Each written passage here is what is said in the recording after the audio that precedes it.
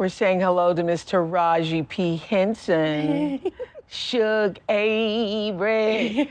So you were once asked, I heard, to audition for the stage version of the Color Purple musical.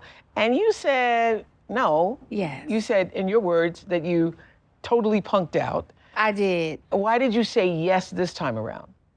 Because I felt like I was ready. You know, you have to give your whole self to this project.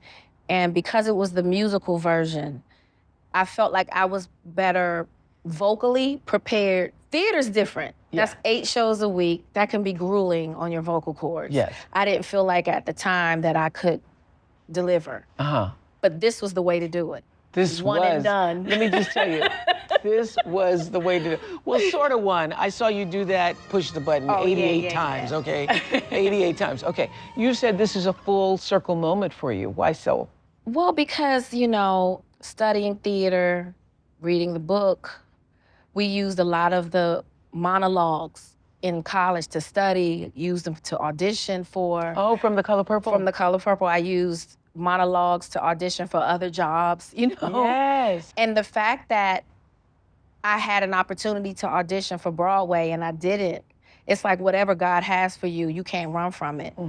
I was supposed to play Suge. I couldn't run from it. Even though I said no years ago, it came back. Came all the way back. It came all the way back. And I heard that after you were cast, that you prayed to God to help you to believe in yourself. Yes. Which is so interesting because, like, you are Taraji P. Henson, you've done all of these iconic roles. People see in their mind, this is Cookie walking in there. Right. Why were you nervous about this? Well, for me, one, I don't pick a role unless it scares me.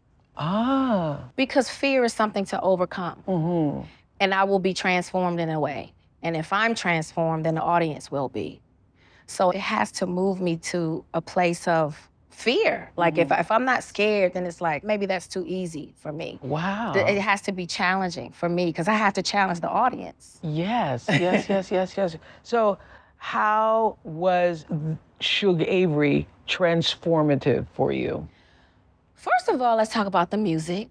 You know, I hadn't sang like that since college. I kind of put it away because when I studied at Howard University, I started off studying musical theater.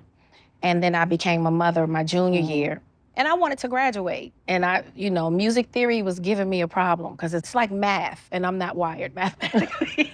I understand. I understand. I changed my major back to drama. Raising a son as a single mother, I just felt safer just sticking to acting. Kurt Crowley, the vocal supervisor for the movie, said that you came to set every single time so prepared. This is a dream cast. Working with this cast has been a complete dream come true. I sort of pinch myself every day. The people I've got to sort of sit across from the piano from in the early days, I mean, from somebody like Taraji who, you know, actually has a kind of a long singing history and training, you know, came in so prepared, had notes, had her music underlined, pencils ready to go, like really ready to work. I was on the committee voting for you to do it. Thank you. Saying, please, yes, let's do it. I was like, but can she sing? And then I saw the first session that you had with Blitz. And I thought, wow, who knew Taraji could sing? Yeah, it's something that I could always do. And I think people were like, oh, wow, she really can sing. I just put that away. I didn't really work that muscle anymore. And so I just had to get with a vocal trainer and wake up those muscles again. It was fun. Who is Suge Avery? Suge Avery is a fighter. She's a woman who you can't keep down. She was born in a time when women really didn't have voices. How come you don't laugh none? They had to live under the rule of a man. You know, if you ain't gonna laugh, you need to sell your funny bone. She grew up in a time where women were mistreated by men, a lot of times men in the family, and she did not let that stop her. She didn't let that smother her voice. She had God in her. She believed in God. No matter what people thought or said about her, God was in her.